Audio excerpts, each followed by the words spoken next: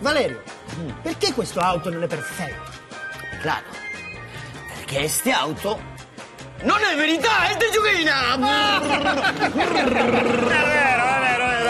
No. Ma che potremmo fare perché l'auto di Fernando sia più rapido? Lucio, questo materiale è buono. Buonissimo. Ma necessitiamo più potenza, è la potenza. Ma come aumentiamo la potenza? Elementale? Come? È mentale. Adesso è più gustoso, eh? Gustoso, ma come aumentiamo la potenza?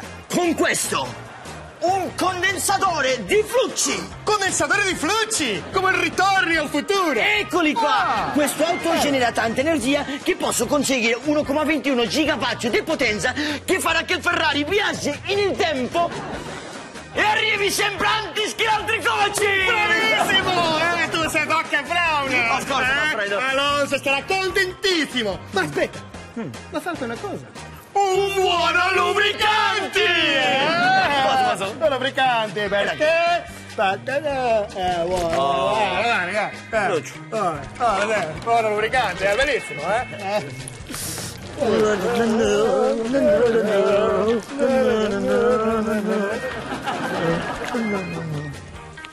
Lucio, dai, senza vergogna.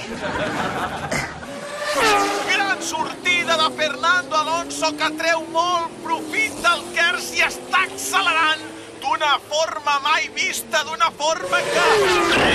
Wow! Fernando s'ha volatilitzat! Bene! Adesso aspettare che arrivi avanti che l'altro, Scusi, porto un messaggio per voi, del museo. Del museo?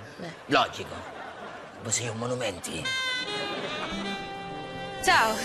Ciao. Bellissima. Vediamo. Oh, un pergamino molto antiquo. Queridos mecánicos de Ferrari, os felicito por vuestro fantástico trabajo. Tal y como predijisteis, llegué antes a la meta. ¡5 siglos antes! Postdata, os adjunto una foto.